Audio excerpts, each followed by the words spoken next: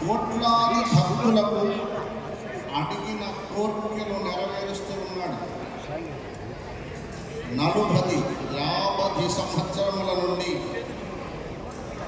వేణు దత్తాత్రేయ స్వామి వారిని మనస్సు నిలిపి మనస్సున చేర్చుకుంటే డాక్టర్లు చేయలేనివి, నిరుపేద అభాగ్య స్థితిలో ఉన్నవి, ఈ జన్మకి ఇంకా పెళ్లి కాదు అనుకున్నవి, మానసిక వ్యాధులు డాక్టర్లకు సాధ్యం కానివి, వేణు దత్తాత్రేయ స్వామి ఆయన చరణాలపై మనస్సు పెడితే సకల వైభవములతో జీవితం నడుస్తుంది. ఇది మన అందరం కన్నులతో చూస్తున్నాం, కర్మాంతము వరకు పెట్టుకున్నాం.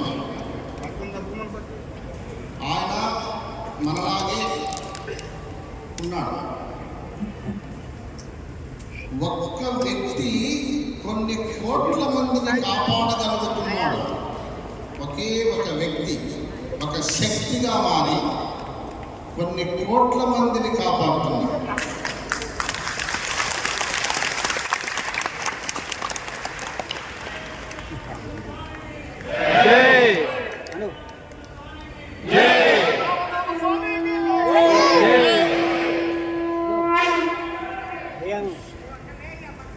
ఆయన చేసిన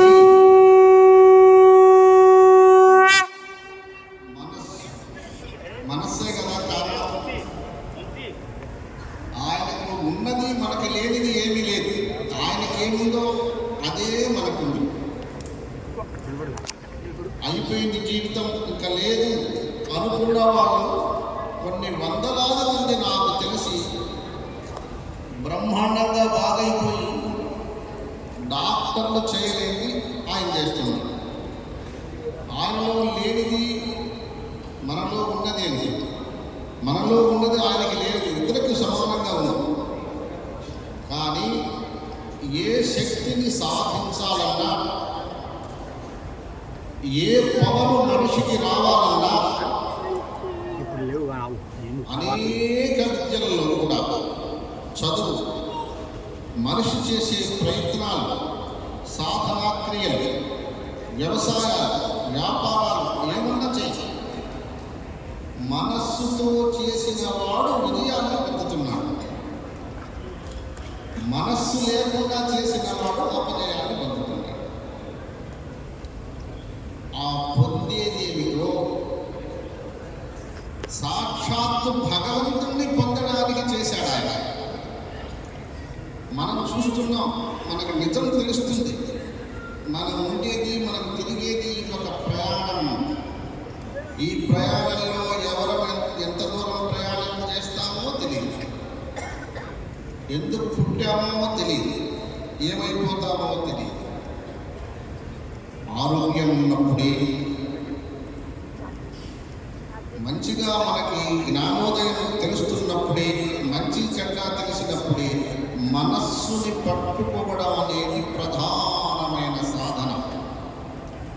ఈ మనస్సు అనేది బ్రహ్మాది దేవతలకు కూడా సాధ్యపడదు నిలబెట్టుకోవడం. మనస్సు చేతనే అనేక బాధలు, అనేక కష్టాలు మనకు వస్తున్నాయి. మనస్సు సామాన్యమైంది కాదు. అనేక జంతువులతో సహా మళ్ళీ జన్మలు రాపిస్తున్నది మనస్సే. 100 సంవత్సరములు తపస్సు చేసిన మనస్సు నీ స్వాధీనం లేనప్పుడు నీకు శిక్ష నీవే చేసుకుంటావు, వేరే వాళ్ళు వేయటం లేదు. నీ బుద్ధి నీకే చెబుతుంది, నువ్వు తపస్సు 100 ఏళ్ళు చేసినా తప్పు చేస్తే ఒకే ఒక తప్పు, ఈ తప్పుకు శిక్ష తప్పనిసరిగా నీ బుద్ధియే వ్రాసి ముద్రించి నీకు మళ్ళీ ఇతర జన్మలలో పంపిస్తుంది. జంతువులుగా, పశువులుగా, పక్షులుగా మన కన్నుల ముందర నోరు లేని జంతు జాలాలు ఎన్నెన్నో చూస్తున్నాం. కనుక మనస్సును స్వాధీనపరచుకోవాలి. అది స్వామివారు చేసింది. రౌద్రంలో ఉన్నావు, నీ మనస్సే. దయాగుణంలో ఉన్నావు, అది నీ మనస్సే. దుఃఖంలో ఉంటున్నావు, దాని నీ మనస్సే. ఆనందంగా ఉన్నావు, కామ విలాసంలో ఉన్నావు, అది నీ మనస్సే. ఇన్ని రకములకు మూలాధారమైనది మనస్సు. నువ్వు మళ్ళీ పుట్టడానికి కూడా మనస్సే. నువ్వు కోరికలు వచ్చేసింది కోట్ల సార్లు పుట్టాల్సి వస్తుంది, కోట్ల సార్లు. అది తెలిసేది కాదు. జన్మ ఉన్న తర్వాత, శరీరం పోయిన తర్వాత తెలుస్తుంది మనకి. ఏం చేయలేము. మనస్సును స్వాధీనపరచుకోవాలి. మనస్సు స్వాధీనం పరచుకొని ఇవాళ గురు పౌర్ణమి. మనస్సును స్వాధీనపరచుకొని ఎవరైతే పరదేవత ధ్యానంలో ఉంటారో, ఒక్క సంవత్సరం లోపల వారి అనారోగ్యాలు మటుమాయం చేసుకొని వాళ్ళే ఒక్కొక్క వ్యక్తి ఒక్కొక్క శక్తిగా మారి, ఒక్కొక్క స్త్రీ మూర్తి ఒక దేవతగా మారిపోయి వేలాది మందికి, వందలాది మందికి సహాయపడే పరిస్థితి వస్తుంది.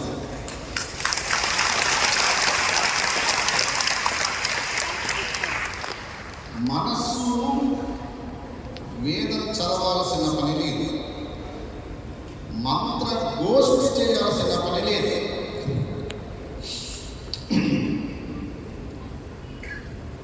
నియమము, నిష్టము, మతము వీటికి లోపడాల్సిన పని లేదు. ధర్మమేదో అధర్మమేదో మనకి తెలియని వాళ్ళు ఒక్కరు కూడా లేదు. అందరికీ తెలుసు. ఏ లోక జ్ఞానం లేని వాడికి కూడా ధర్మం తెలుసు. తెలియడానికి లేదు. తెలిసినా ఇది తప్పు అని బుద్ధిని చెప్తున్నా వినవే. తప్పనిసరిగా తప్పని చెప్పిన అదే చేస్తాం. బయట వాడు చెప్పాల్సిన పని లేదు. నువ్వు చేస్తున్న పని తప్ప కరెక్టా అనేది నీకే తెలుస్తుంది.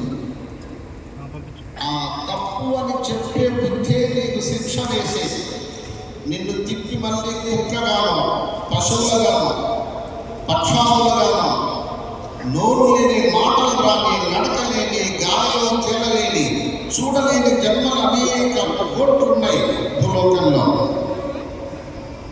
అలా నేరం చేస్తూనే ఉన్నాం. ప్రతి మనిషి దొరికిన అదృష్టాన్ని పోగొట్టుకుంటున్నాం.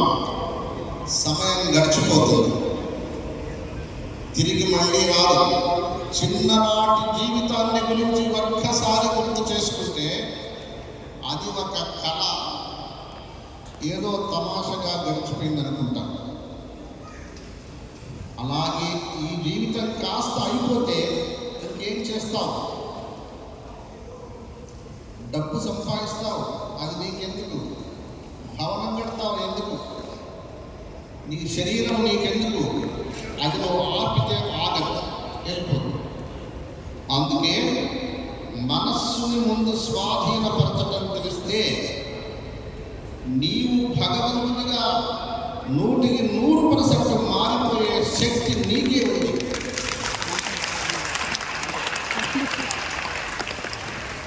కుల్యా